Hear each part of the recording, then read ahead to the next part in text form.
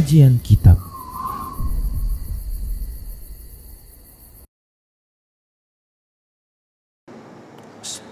Assalamualaikum warahmatullahi wabarakatuh. Innal hamdalillah nahmaduhu wa nasta'inuhu wa nastaghfiruh wa na'udzu billahi min shururi anfusina wa sayyiati a'malina may yahdihillahu fahuwal muhtadi wa may yudlil falan tajida lahu waliyyan mursyida. Asyhadu an la ilaha illallah wahdahu la syarika lah wa asyhadu anna Muhammadan abduhu wa rasuluhu alladzi la nabiyya ba'dah.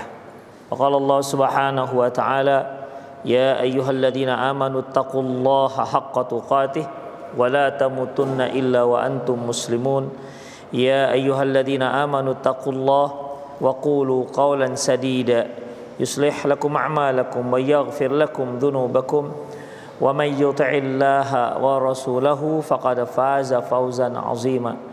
Ya ayyuhan nasu taqu rabbakumul ladzi khalaqakum min nafsin wahidah wa khalaqa minha zawjaha wa batha minhuma rijalan katsiran wa nisaa wattaqullaha alladzi tasaaluna bihi wal arham innallaha kana 'alaikum raqiba. Amma ba'du, nastaqal hadithi kitabullah wa khairul hadi hadi Muhammad sallallahu alaihi wasallam wa syarrul umur muhdatsatuha wa kullu muhdatsatin bid'ah wa kullu bid'atin dhalalah wa kullu dhalalatin finnar.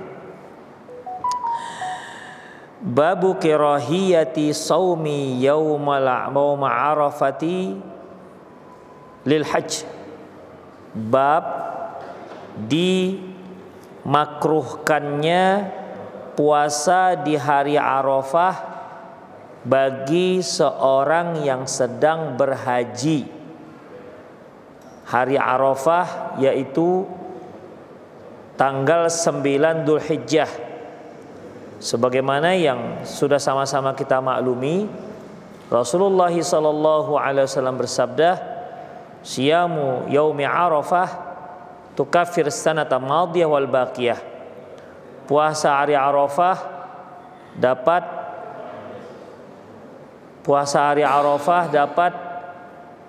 menghapuskan dosa setahun sebelumnya dan setahun setelahnya. Puasa hari Arafah jadi disunnahkan, namun terkhusus untuk orang yang sedang melaksanakan ibadah haji. Bagi yang sedang melaksanakan ibadah haji tidak dianjurkan untuk melakukan puasa di hari tersebut, karena di hari tersebut mereka sedang berada di padang Arafah, sedang wukuf. Para ulama menyebutkan beberapa hal mengapa bagi orang yang sedang haji tidak disunnahkan untuk melaksanakan puasa Arafah. Berikut beberapa penjelasannya.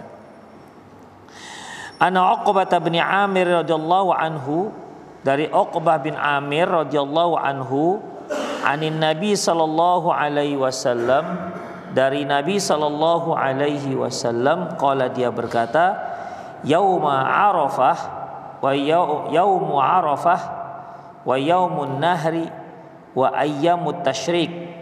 Hari Arafah 10 Dzulhijjah yaitu hari Idul Kurban, dan hari tasyrik yaitu 11, 12, 13 Dzulhijjah, hunna aiduna ahlul Islam. Itu adalah hari-hari raya kita kaum muslimin. Hunna ayyamu aklin wa syarabin.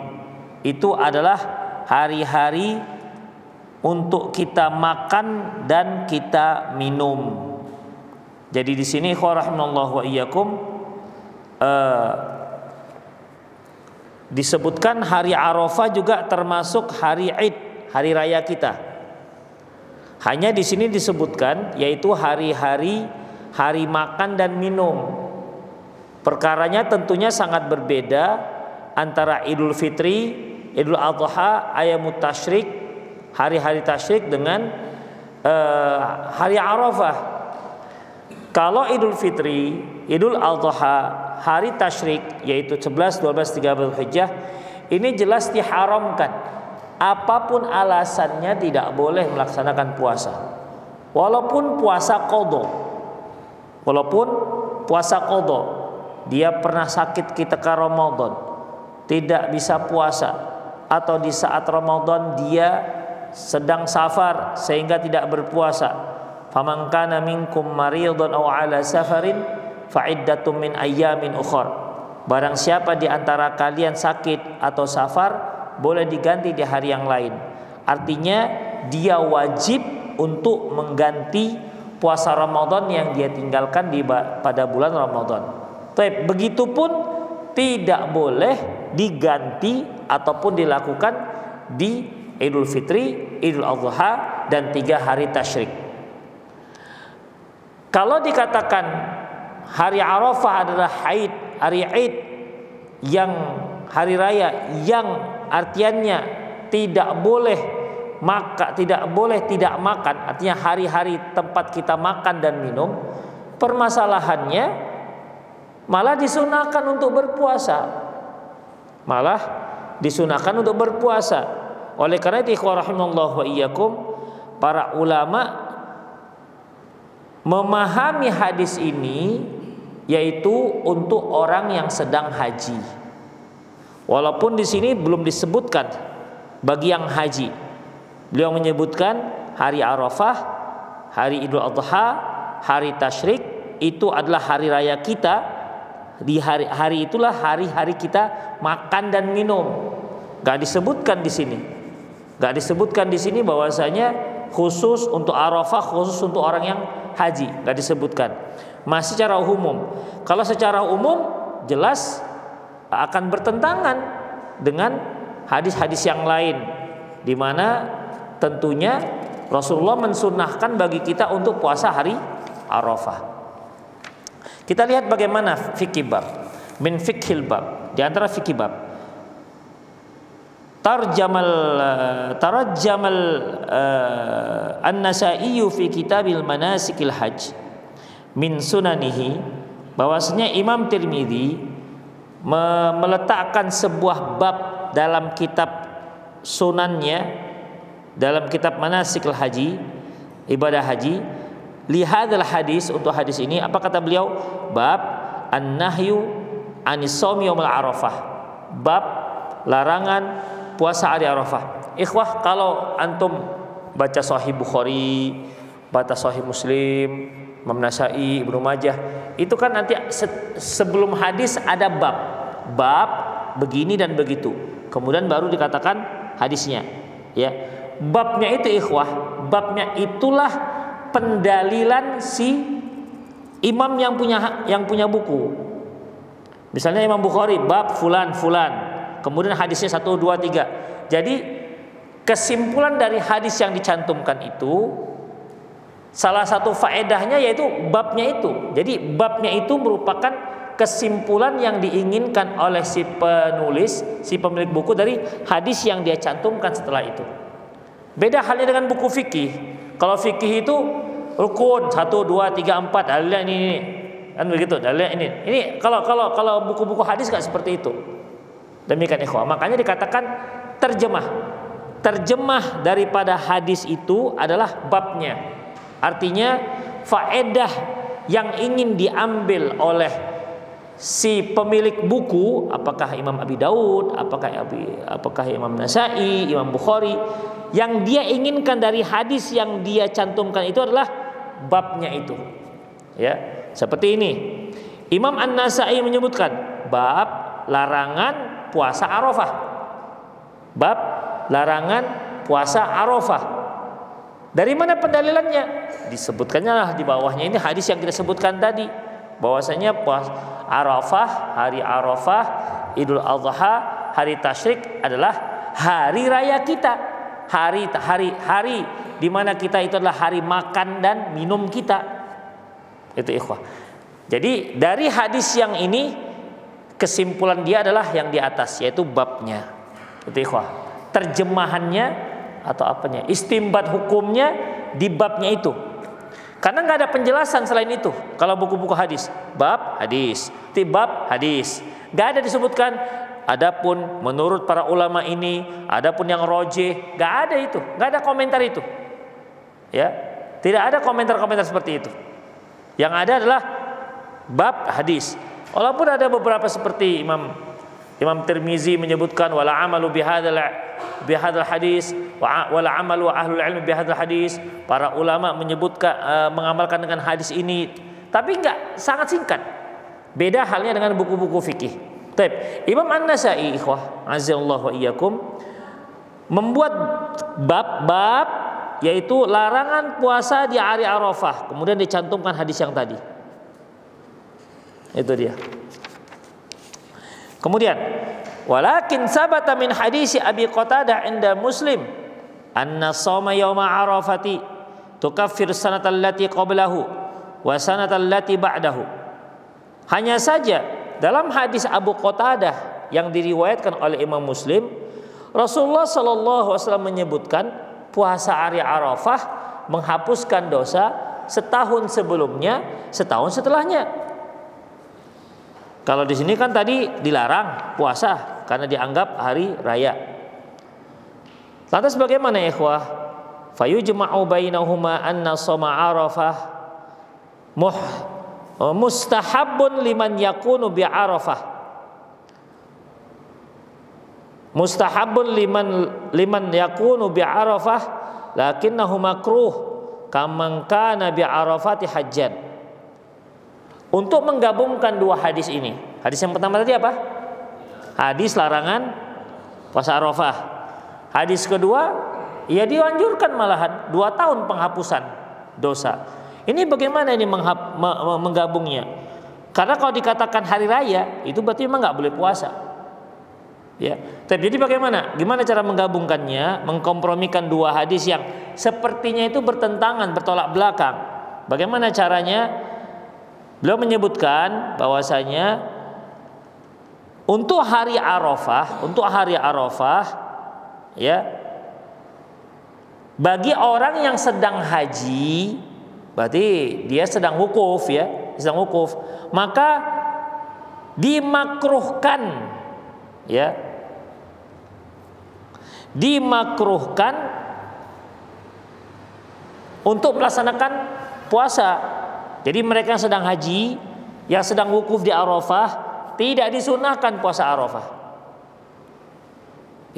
Itulah makna daripada hadis yang larangan.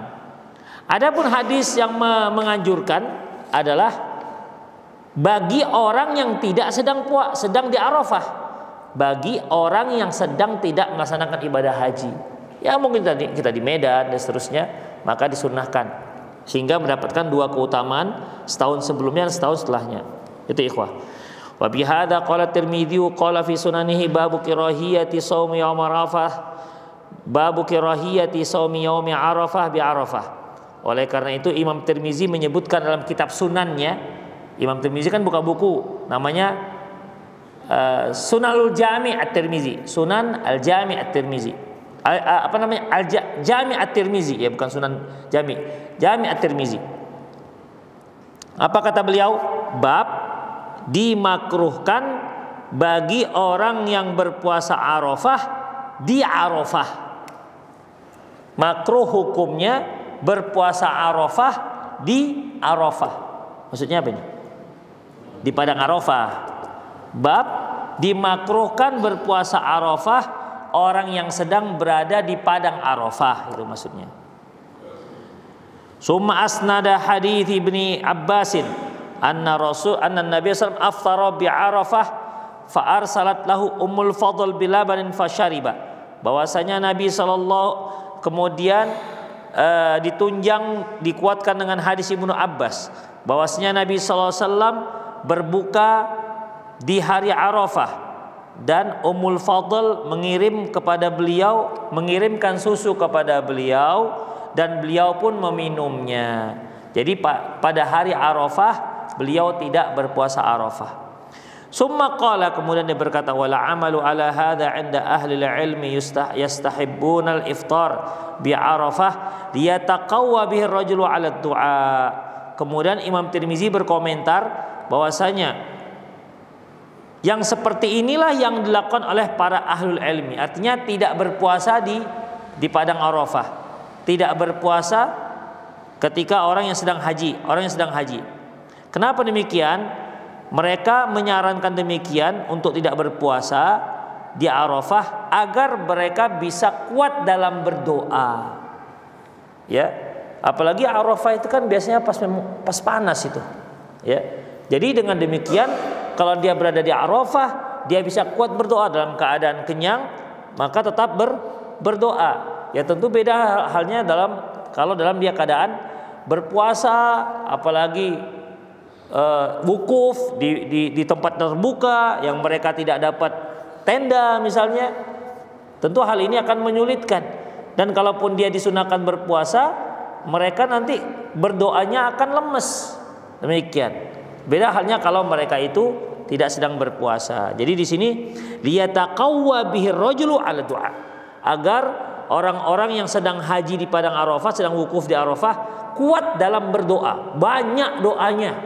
Ya bayangkan mulai dari tergelincir matahari di siang hari sampai waktu maghrib, berapa doa yang dipanjatkan. Tapi kalau dia lemes tentu bedalah doa yang dia panjatkan, semangat memanjatkan doa ketika perut sedang lapar.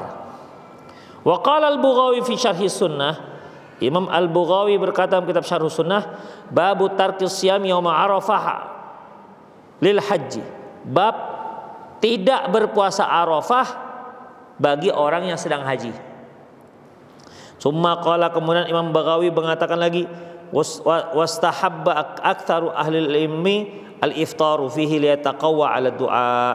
Beliau mengatakan bahwasanya mayoritas para ulama menganjurkan untuk tidak berpuasa agar dia kuat dalam berdoa pada siang hari tersebut. Wa ilal jam'il mutaqaddim dhahaba Syaukani fi Nail Autar. Dengan mengkompromikan dua dalil tersebut, yaitu dalil larangan berpuasa Arafah dengan yang menganjurkan puasa Arafah, cara mengkompromikan itu, cara menggabungkan dua hadis itu, itulah yang dipegang oleh Imam Asy-Syaukani dalam kitab Nail Autar. Wa qala, dan berkata, wal hikmatu fi dzalika annahu rubbama kana muaddiyan ila dha'fi 'ala du'a. Hikmahnya mengapa tidak dianjurkan berpuasa, karena hal itu akan menyebabkan orang-orang yang sedang wukuf itu akan lemah dalam berdoa. Wa dzikr yaumal arafah hunalik, dan juga zikirnya juga akan lemah. Wal qiyamu bi amalil hajj, dan juga akan lemah dalam melaksanakan kegiatan-kegiatan haji. Jadi intinya ikhwah, hadis yang disebutkan di sini yaitu yaum Arafah, bahwasanya puasa hari Arafah, Idul Adha, hari tasyrik, disebutkan bahwasanya Id kita, hari lebaran kita ini hanya khusus untuk Arafah, hanya khusus orang yang sedang haji saja, tidak untuk yang lain. Berikutnya babu tahrimi shaumi yaumai al-Aid wa ayyamut tasyrik. Bab diharamkannya berpuasa di dua hari raya dan di hari-hari tasyrik. Berarti tanggal 1 Syawal, kemudian 10 Dzulhijjah, dan 11, 12, 13 Dzulhijjah. Ingat ikhwah, diharamkannya berpuasa di hari raya Idul Fitri. Ingat, itu hanya satu hari di tanggal 1 Syawal saja. Walaupun kita di Indonesia ya masih meyakini rayanya itu sebulan. Ya, terserah mau rayanya sebulan juga nggak masalah. Yang terpenting jangan berpuasa di tanggal 1 Syawal. Itu ikhwah. Ini kan kendala kita juga ikhwah. Sulitnya kita memulai puasa 6 kan gara-gara ini. Masih raya gitu kan, masih raya. Nanti mau puasa lagi ada undangan makan, halal bil halal. Demikian, itu yang menyebabkan akhirnya kita untuk memulai. Tapi biasanya yang senior-senior udah ato-ato, tanggal 2 udah puasa dia. Tanggal 2 udah puasa, ato. Tapi yang masih belum ato-ato, masih masa pertumbuhan, nggak ada yang puasa itu biasanya. Biasanya sudah penghujung, sudah tinggal seminggu lagi baru puasa. Untuk melaksanakan puasa 6 itu biasanya sebegitu. Baik, wa madhabayanul ahaditsil waridati fi tahrimi siyami yaumai al-'id fi kitabil 'aidain. Bahwasanya sudah dijelaskan di hadis-hadis yang lalu tentang haramnya berpuasa di 2 hari raya dalam kitab 2 hari raya al-'aidain. An Ibnu Umar wa Aisyah radhiyallahu anhum, dari Abdullah bin Umar dan Aisyah radhiyallahu anhu qala, mereka berdua berkata, lam yurakhas fi ayyami tasyrik ayyusamna illa liman lam yajid hadi. Bahwasanya tidak ada dispensasi untuk tidak ada dispensasi untuk berpuasa di hari tasyrik kecuali bagi siapa yang tidak mendapatkan hewan sembelihan. Ini maksudnya ikhwah, al-hadiyu itu adalah hewan sembelihan yang disediakan oleh jamaah haji untuk mereka sembelih di tanggal 10 Dzulhijjah. Itu hadiyu. Ya. Kalau kekah kan karena anak lahir. Kalau adha karena 10 Dzulhijjah. Kalau hadiyu ini yang disembelih jemaah haji pada tanggal 10 Dzulhijjah. Baik. Seperti yang telah kita katakan tadi, bahwasanya tanggal 11, 12, 13 hari tasyrik itu tidak boleh berpuasa. Tetapi bagi jemaah haji yang tamattu ini ikhwah, yang haji tamattu, dia kan harus menyembelih di tanggal 10. Jika dia tidak mendapatkan hewan yang akan dia sembelih atau memang tidak ada duit untuk menyembelihnya, maka dia dibolehkan berpuasa di hari tasyrik 11, 12, 13 sebagai pengganti hewan yang tidak disembelih. Pengganti dia, kan dia seharusnya nyembelih tuh, tapi karena dia nggak menyembelih, boleh diganti dengan berpuasa 3 hari. Nanti akan dijelaskan. Nah, berpuasa 3 hari itu boleh dia lakukan 11, 12, 13. Demikian. Tapi ingat, ini hanya untuk haji, tidak untuk yang lain. Wa an Ali bin Abi Thalib radhiyallahu anhu qala, dari Ali bin Abi Thalib radhiyallahu anhu qala, dia berkata, ayyuhan nas, wahai manusia, inna Rasul sallam qala, bahwasanya Rasulullah SAW bersabda, innaha laysat ayyamu saumin, innaha ayyamu aklin wa syarabin. Wahai, sesungguhnya hari tasyrik itu adalah hari-hari kita, hari tempat kita makan dan minum. Ya, hari makan dan minum. Tidak ada puasa di hari itu. 2 Idul Adha dan 3 hari hari-hari tasyrik. Itu hari makan dan minum. Demikian ikhwah, ya. Wa an Abi Murrah maula Uqail, dari Abi Murrah maula Uqail, dakhala huwa wa Abdullah ala Amr bin As, dia dan Abdullah mengunjungi Amr bin As, wa dzalikal ghad au ba'dal ghad min ayyamid Adha, yaitu besoknya atau besoknya lagi hari Idul Adha. Tanggal berapa berarti ya? Yang mereka datang itu ke rumahnya Amr bin As, yaitu yang mereka datang itu yang esoknya Idul Adha atau esoknya lagi Idul Adha. Maksudnya tanggal 11 atau tanggal 12.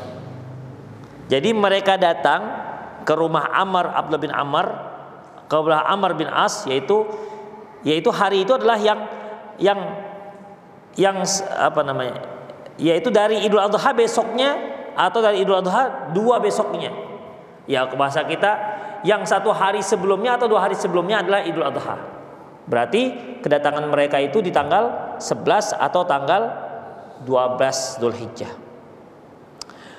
Faqarraba ilaihim Amr ta'aman. Lantas Amr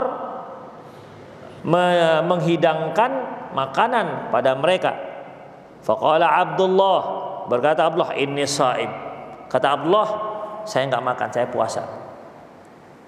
Faqala Amr, Amr mengatakan, aftir, kamu buka, enggak boleh puasa.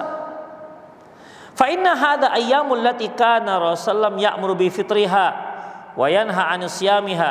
Karena hari ini adalah hari-hari yang Rasulullah menyuruh kita untuk tidak berpuasa dan melarang kita berpuasa, menyuruh kita agar makan dan melarang kita berpuasa, kata Amr.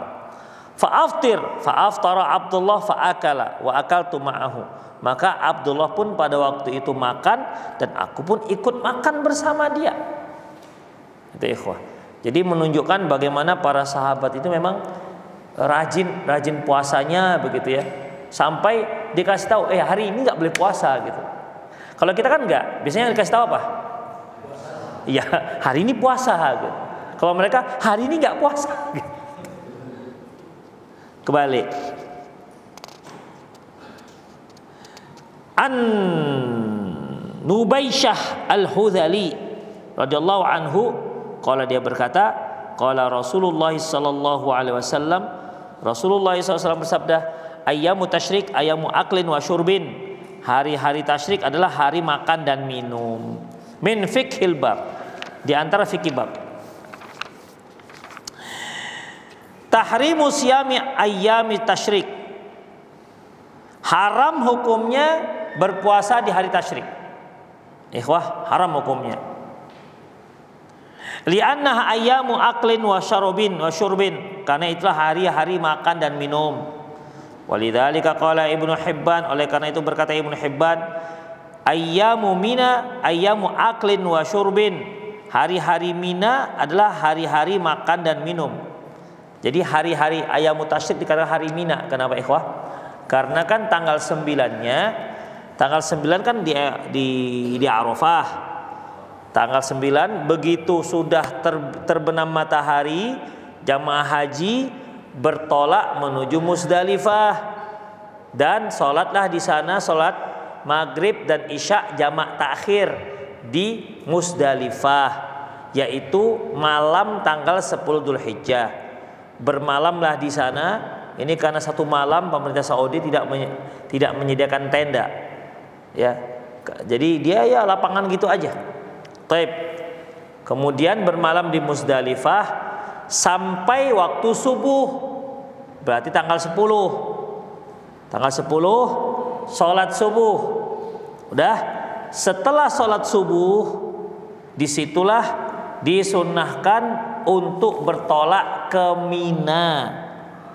Sebelum diupayakan sebelum terbitnya matahari, setelah subuh, sebelum matahari terbit, disitulah bertolak mereka rombongan haji ke Mina. Nah, itu tanggal 10-nya. Di tanggal 10-nya itulah ikhwah kegiatan yang paling padat untuk jamaah haji.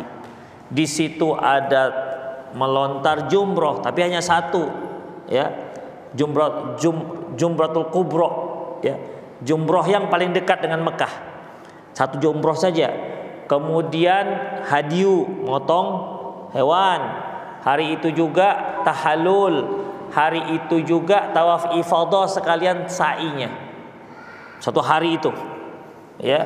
Hanya memang umumnya jamaah haji yang tidak bisa melakukannya adalah tawaf ifadahnya. Umumnya ini yang reguler. Karena apa? Karena dari Mina harus dibawa rombongan ke Mekah dan untuk tawaf, dan ini biasanya sangat padat, ya. Biasanya haji-haji koboi gak masalah mereka.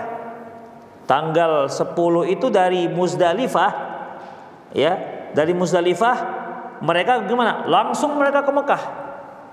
Langsung mereka ke Mekah, tawaf ifadah, sa'i, baru mereka balik ke Mina, melontar, kemudian sembelih hewan, kemudian tahallul. Itu ikhwah. Itu tanggal 10. Makanya sering terjadi aksiden itu di tanggal 10 ini. Memang ini waktu kreditnya tanggal 10. Taib. Maka setelah kegiatan hari itu jamaah haji tinggal di Mina, ya. Jamaah haji sudah mulai tinggal di Mina. Tanggal 11 mereka melontar. Sudah melontar, kemudian balik ke Mina lagi. Tanggal 12 mereka melontar lagi, ya, kemudian balik lagi ke kemah. Tanggal 13 juga begitu. Makanya 11, 12, 13 disebut dengan hari-hari Mina namanya termasuk. Jadi hari-hari tasyrik disebut juga dengan hari-hari Mina karena jamaah haji itu tinggal di Mina pada saat itu. Hanya memang disitulah yang nanti ada yang disebut dengan nafar awal dan nafar sani. Nafar awal dia rombongan pertama, yaitu dikatakan istilah nafar awal apabila dia di tanggal 12 setelah melontar, ya, setelah melontar dia keluar dari Mina sebelum matahari terbenam, maka dia dikatakan nafar awal. Taib, bagi yang masih ingin melontar hingga tanggal 13 Dzulhijjah, maka dia nginap lagi di Mina. Nginap lagi di Mina, tanggal 13-nya melontar 3 jumroh lagi. Demikian. Karena memang 11, 12, 13 melontar jumroh di Mina. Itulah makanya dikatakan ayyamul Mina, hari-hari Mina. Ini istilah untuk orang yang sedang melaksanakan ibadah haji. Kalau kita kan nggak ada Mina, ya, hari tasyrik.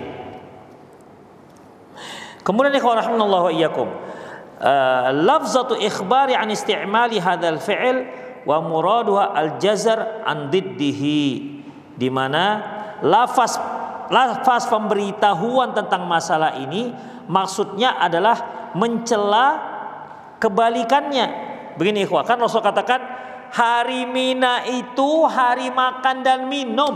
Ini kan pemberitahuan, penegasan. Apakah di sini ada perintah? Nggak ada kan, kalimatnya kan kalimat penegasan. Hari Mina adalah hari makan dan minum. Ini pernyataan, atau dalam bahasa disebut dengan insya'i.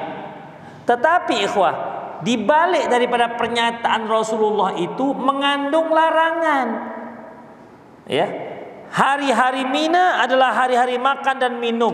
Jadi artinya apa? Kalian jangan puasa, itu maksudnya. Kalian jangan puasa. Jadi dia pernyataan, tapi dia ikhbar, khobar, dia berita, tetapi di sana mengandung larangan atau perintah. Itu ikhwah. Jadi di sini ada larangan, yaitu larangan berpuasa. Misalnya gimana ya? Misalnya kita lagi di kelas nih, lagi ngajar. Ada seorang, mungkin ada murid di belakang main, ribut sampai ke depan. Guru mengatakan, kelas ini tempat belajar. Apa maksudnya? Kalian jangan ribut begitu. Kalian jangan ribut. Ini tempat belajar. Nah, itu kan pemberitahuan. Tapi bagi orang yang mengerti bagaimana mimik sang guru, bagaimana intonasinya, tahu dia. Gak akan mungkin dia katakan setelah kejadian begitu, kelas ini tempat belajar. Betul Bu Guru. Nah, lempar penghapus lah. Iya kan? Penghapus dulu kan pakai kayu, kayak kayu karpet bawahnya. Demikian. Itu pernyataan, tidak perlu dibetulkan, tidak perlu diapa-apain. Itu pernyataan, tapi di dalamnya mengandung perintah. Kalian jangan ribut, gitu maksudnya. Ya, ini biasanya kita bisa pahami dari mana, ikhwah? Dari kondisi suasana pada waktu itu, demikian. Ya, kemudian wa huwa shaumu ayyamil Mina. Ini adalah puasa hari-hari Mina. Wa qayyada bizajri an shaumi hadzal ayyam bil lafzil amr bil akli wasyarab. Bahwasanya celaan berpuasa di hari ini disebutkan dengan lafaz perintah untuk makan dan minum di kedua hari tersebut. Yang kedua, ya juzul lil mutamatti' alladzi lam yajid al hadyu siyama ayyamit tasyrik. Bagi haji tamattu yang dia tidak memiliki hewan yang akan dia sembelih di tanggal 10 itu, maka boleh bagi dia untuk berpuasa di 3 hari tasyrik. wa huwa muayyidun bi umumi qouli ta'ala, dan ini dikuatkan dengan firman Allah Subhanahu wa taala, faman lam yajid fasyamu salasati ayyamin fil haji. Barang siapa yang tidak menemukan hewan sembelihan yang akan dia sembelih, maka dia boleh berpuasa 3 hari ketika haji. Ya, 3 hari ketika haji. Wa qala Ibnu Umar radhiyallahu anhuma, as-siyamu liman tamatta'a bil umrah ilal haji ila yaumil arafah. Bahwasanya puasa bagi orang yang tamattu umroh ke haji hingga hari Arafah, fa illam yajid hadiyan walam yasum shoma ayyamil mina.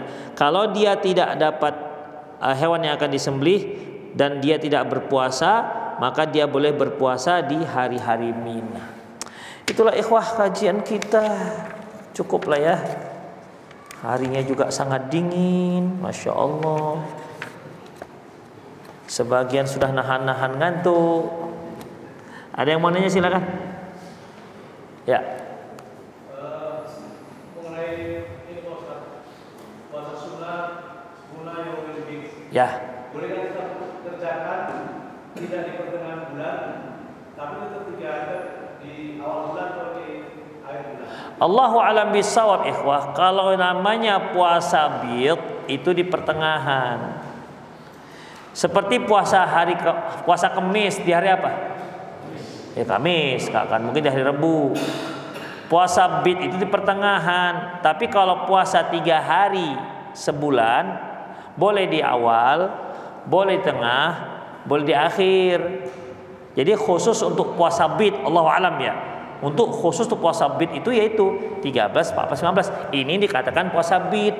Tapi kalau di awal 3 atau di akhir bulan 3 itu nggak puasa bid namanya. Namun tetap disunahkan. Jadi kalau kita mau puasa 3 hari dalam sebulan, boleh di awal, boleh di tengah, boleh di akhir. Demikian. Yang penting setiap bulan berpuasa di 3 hari. Hanya saja yang untuk 13, 14, 15 itu disebut ayyamul bid. Itu dia. Ya, ya. Ada lagi? Ya. Adakah jemaah kedua untuk masjid yang ada imam ratib? Adakah jamaah kedua untuk imam masjid yang sudah ada imam ratibnya? Ikhwah, khilafiyah di kalangan para ulama dalam masalah ini. Ya. Kalau Syekh Muhammad Nasir Al-Albani, beliau mengatakan dan murid-murid beliau mengatakan bahwa saya tidak dibolehkan apabila di masjid tersebut sudah ada imam ratib bertugas untuk mengimami, ya, untuk mengimami, kemudian jamaah sudah selesai, maka setelah itu misalnya ada yang terlambat 2 orang, sudah selesai salam, maka tidak ada jamaah setelah itu. Jadi bagaimana? Beliau berdalilkan dengan hadis Abdullah bin Mas'ud, ketika beliau terlambat dengan beberapa orang, mereka pulang dan sholat di rumah. Demikian ikhwah. Demikian juga berdalilkan dengan sabda Nabi sallallahu alaihi wasallam, sesungguhnya aku sangat ingin menyuruh seseorang untuk qomat dan aku suruh seseorang untuk menjadi imam, sementara aku dan yang lain-lainnya akan mencari kayu bakar dan akan membakar rumah-rumah orang-orang yang tidak datang sholat ke masjid. Ini dalil tidak dibolehkannya adanya jamaah kedua. Dari mana dalilnya?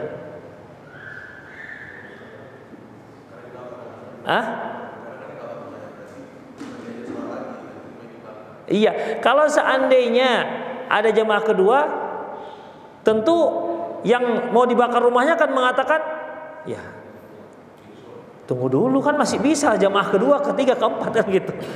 Kenapa kau main bakar aja gitu kira-kira? Masih bisa jamaah kedua, ketiga dan seterusnya. Demikian ikhwah. Itu diantara pendalilannya, ya. Adapun yang seperti Syekh bin Baz dan banyak para ulama yang membolehkan, itu berdasarkan hadis di mana ada salah seorang sahabat datang kepada Rasul, datang masuk masjid sementara Rasulullah dan para sahabat sudah selesai.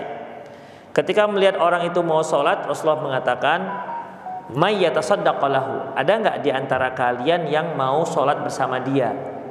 Jadi kalau ini kan udah sholat semua nih, udah sholat semua. Siapa yang mau sholat bersama dia? Jadi artinya kalau ada yang ikut sholat bersama dia, ya yang satu sholat wajib, yang satu sholat sunnah, kan dia dapat pahala jamaah. May yatasaddaq lahu. Siapa yang mau bersedekah untuk dia? Itulah dalil yang membolehkannya. Ya, dalil yang membolehkannya. Namun ikhwah rahimanallahu wa iyyakum, Allahu a'lam bissawab, jamaah kedua itu boleh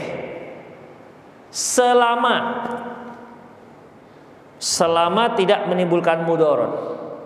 Karena bisa saja dengan adanya jamaah kedua itu dijadikan sebagian orang-orang yang tak suka dengan imam untuk menyengaja lambat-lambat datang ke masjid agar mereka buat jamaah kedua.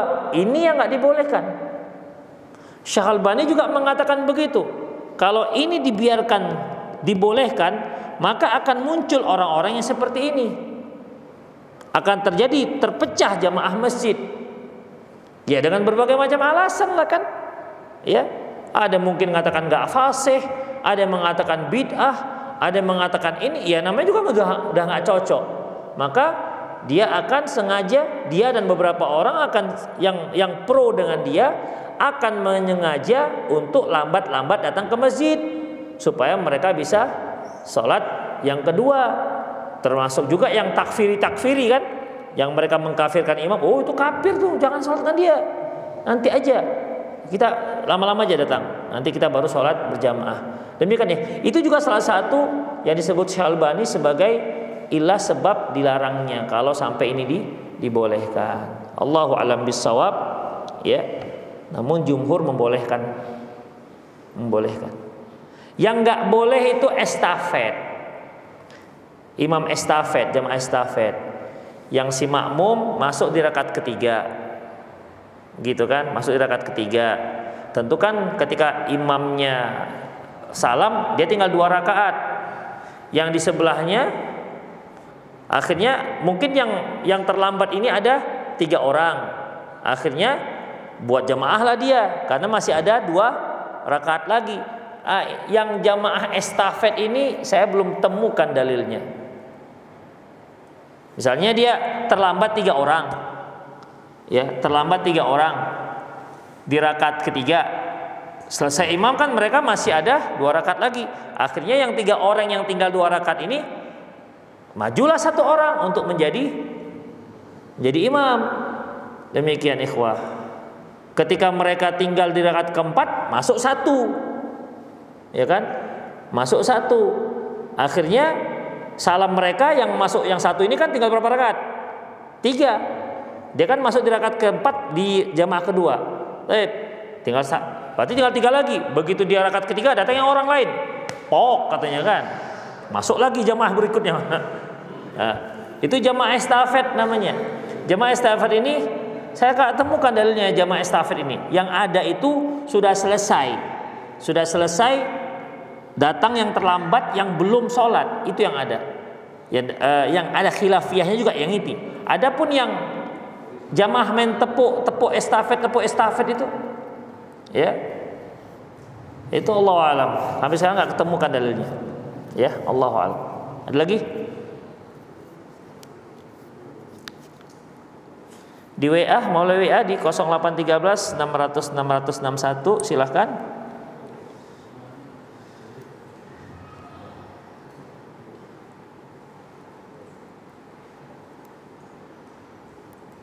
Assalamualaikum Ustaz, apa puasa Arafah itu berhubungan dengan orang yang wukuf atau tanggal 9 Dzulhijjah? Mohon penjelasan. Puasa Arafah dengan orang yang wukuf atau tanggal 9. Ikhwah rahimanallahu wa iyyakum, mengenai puasa Arafah itu ya terkait dengan tanggal. Ya, terkait dengan tanggal, tidak terkait dengan wukuf. Jadi kalau seandainya di sana qadarullah masyafa'ala mungkin wabah atau apalah namanya sehingga tidak ada wukuf pada hari itu, maka tetap disunnahkan untuk tetap berpuasa Arafah. Demikian ikhwah. Kalaupun seandainya terjadi perbedaan tanggal, perbedaan antara waktu wukuf dengan tanggal 9-nya, maka dalam masalah ini terkait dengan tanggalnya. Demikian ikhwah. Mengapa demikian?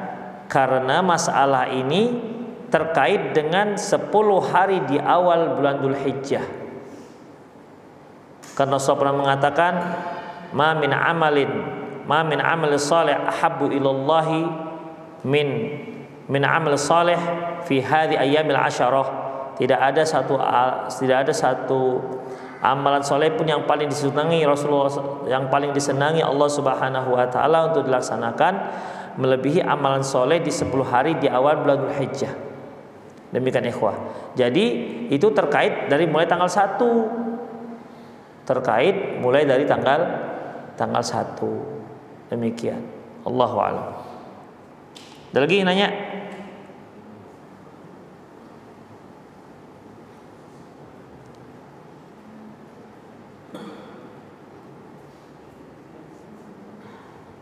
Assalamualaikum warahmatullahi wabarakatuh. Ya udahlah, kalau nggak ada pulanglah kita ya. Pas kali ini. Baik ikhwah, demikian aku qouli hadza wa astaghfirullah li wa lakum wa lisal muslimin innahu wal ghafurur rahim. Subhanakallahumma bihamdik asyhadu an la ilaha illa anta astaghfiruka wa atubu ilaik. Wassallallahu ala nabiyyina Muhammad wa ala alihi wa ashabihi ajma'in. Wa akhiru da'wana alhamdulillahi rabbil alamin. Assalamualaikum warahmatullahi wabarakatuh.